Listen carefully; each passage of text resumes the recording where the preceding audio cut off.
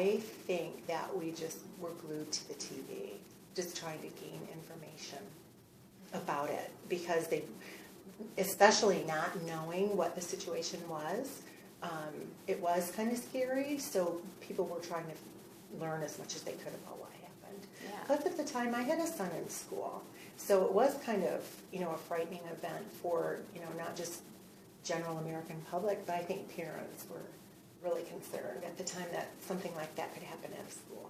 I remember, yes, I did. And if I remember correctly, we got communications from the school about safety. He went to living in South Georgia for a short period of time. We were there for about 2 years. We weren't that familiar with the area. And he went to a small private school, which I kind of felt better about because it was a very small school that everybody knew everybody, and it already had a controlled environment as far as safety. They didn't just let anybody into the building.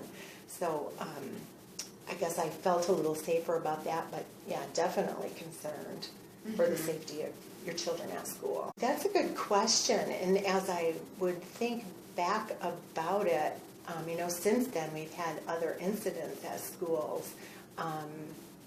But if I recall, that was the first one that I knew about that happened at a school. Such a tragedy.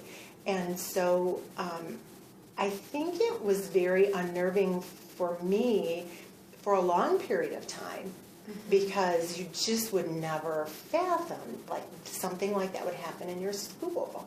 Yeah. It is still unfathomable.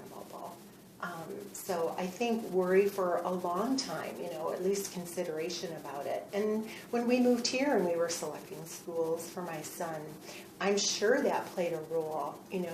Do we want a really big school versus a smaller school that would just seem to be more friendly and someplace that everybody knows